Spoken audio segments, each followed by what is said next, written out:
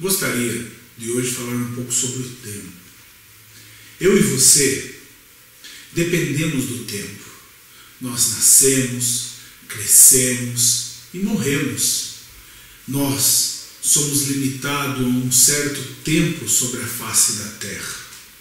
Mas, para nós, tudo existe um propósito, um tempo. Assim como diz em Eclesiastes, para tudo há uma ocasião certa. Há tempo certo para cada propósito debaixo dos céus.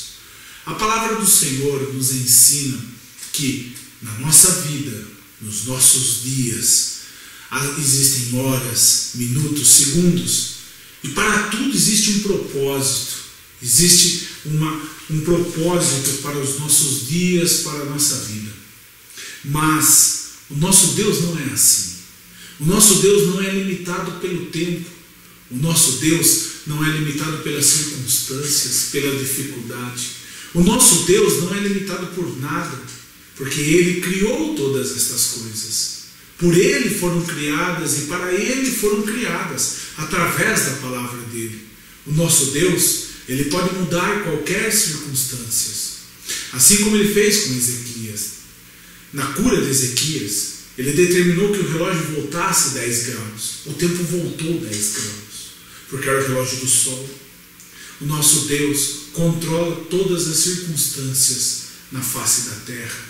Na guerra de Josué, ele mandou para que o sol se parasse durante o dia todo, e o sol obedeceu. O nosso Deus é um Deus poderoso, e para Ele não existe limitação. Operando Ele, quem impede? Não existe nada, nem circunstância, nem ninguém que impeça o operar de Deus. Nós, que somos seus servos, podemos desfrutar dessa intimidade com o Senhor Deus do universo, o Rei do universo. Quando nós olhamos o Novo Testamento, no Evangelho de Marcos, ali no capítulo 5, no capítulo 4, onde nós vemos Jesus Cristo ensinando a palavra do Senhor, mas a partir do versículo 35 do capítulo 4, nós vemos Jesus entrando num barco e atravessando para o outro lado do mar. Esta ida de Jesus, ninguém sabia qual era o motivo, mas Jesus Cristo atravessou aquele mar para se encontrar com o endemoniado do Gadareno. Jesus Cristo tinha uma obra grande daquele outro lado, e ele tinha que fazer algo tremendo. Se nós olharmos a narrativa bíblica, no final do capítulo 4, o capítulo 5, nós vemos que Jesus entra no barco, atravessa o mar, chega naquela localização, naquele local, expulsa aquelas legiões de demônios que estavam sobre aquele homem, que destruía, que não existia nem cadeias de ferro que podia segurá-lo. Ele arrebentava as correntes, nada podia segurar. Ele andava nu diante dos sepulcros, totalmente endemoniado, cheio de demônios, legiões. Jesus perguntou o nome. Nessa travessia de Jesus para o outro lado, nós podemos aprender muitas coisas.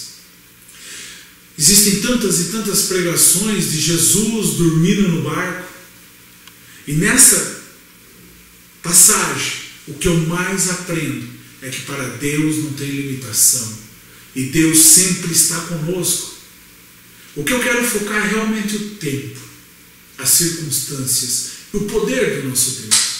Eu quero me ater à passagem de Jesus acalmando a tempestade.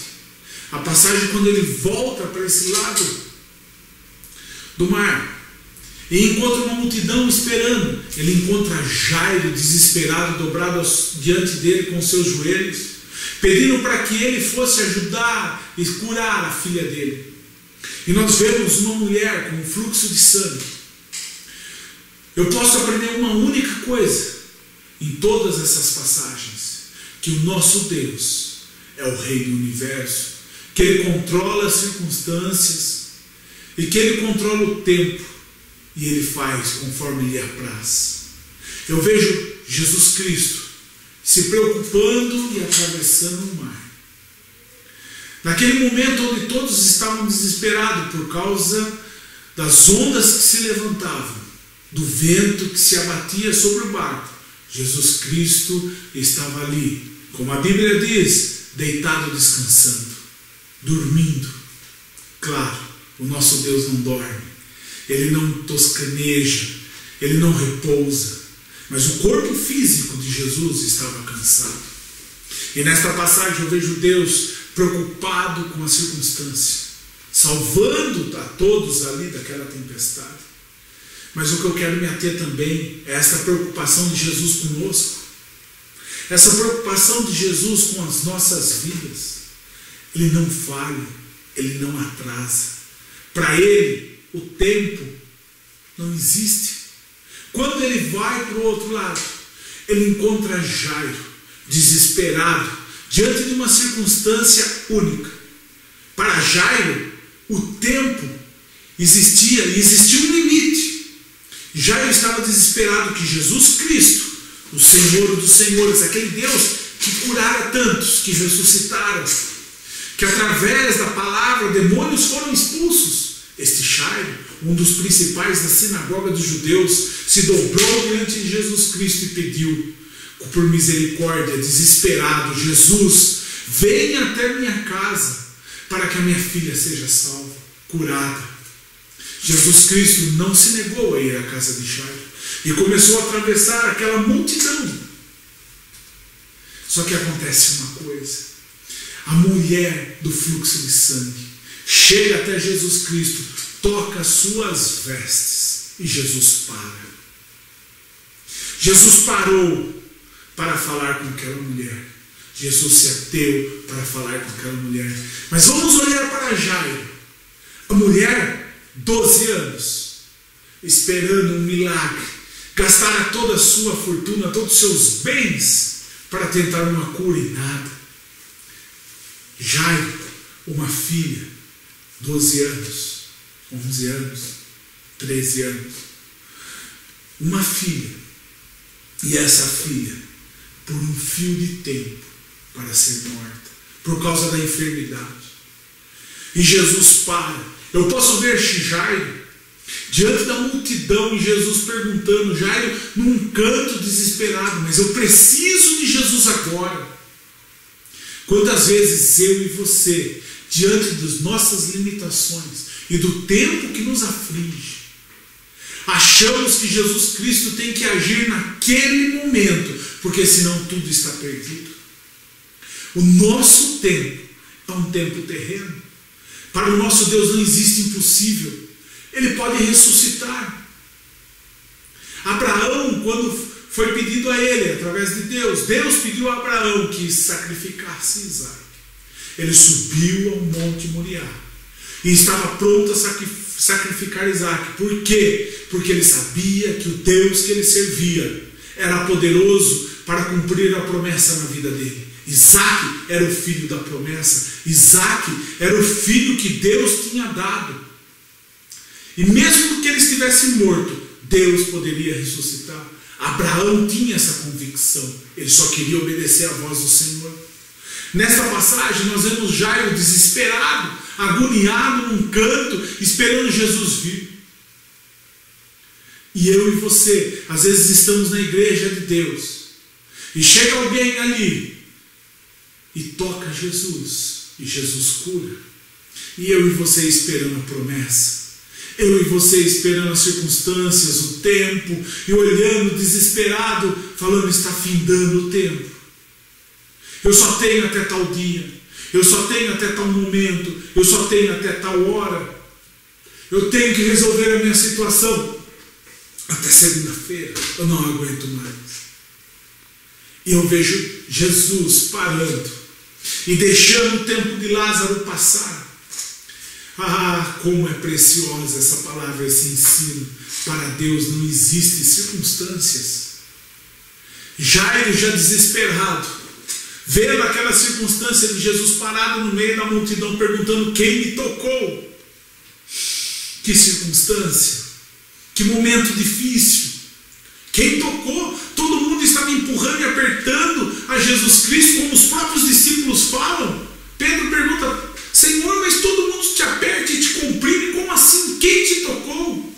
alguém me tocou diferente, alguém tirou de mim virtude, alguém através da sua fé recebeu hoje a cura e eu quero saber quem é. Claro, Jesus já sabia, mas Jesus esperava que aquela mulher se manifestasse para testemunho em Israel. E Jairo desesperado. Aí chega os amigos de Jairo, as pessoas que estavam na casa de Jairo. Jairo, já não importune mais o mestre, a sua filha já morreu. Que notícia! A promessa de Jairo estava morta, estava pronta para ser enterrada, e Jesus Cristo se atrasou. Esta era a concepção de Jairo naquele momento, mas ele se manteve calado. Eu e você dentro da igreja vemos tantas pessoas recebendo as bênçãos do Senhor, recebendo os milagres, a provisão, o toque de Jesus Cristo, e ficamos desesperados porque o nosso tempo está correndo. O nosso tempo terreno, sim, existe tudo um propósito, mas o tempo de Deus não existe. Jesus Cristo falou para Jairo: apenas creia, Jairo. E Jesus foi para a casa de Jairo, mesmo com a filha morta. Que preciosa esta palavra, que precioso é isso que estamos vendo hoje. Para Jesus não existe circunstância. Jairo recebeu a sua filha curada, totalmente sã, mesmo depois do tempo de Jairo ter passado, o tempo que Jairo achava que tinha. Nós ainda temos Marta e Maria. Senhor, se o Senhor tivesse vindo antes, Lázaro não teria morrido. Deus não está preso às circunstâncias do tempo como eu e você. Deus ressuscita se for necessário para cumprir a promessa que tem na sua vida. Deus faz o que a Ele bem apraz. Não depende das nossas vontades, não depende do nosso tempo. Nós temos que crer em Jesus Cristo. Assim como Marta e Maria receberam um irmão curado, salvo, liberto da morte, das garras da morte, assim como esta filha de Jairo foi ressuscitada, assim como Jesus opera maravilhas e milagres, determinando a tempestade: cala-te, aquieta-te.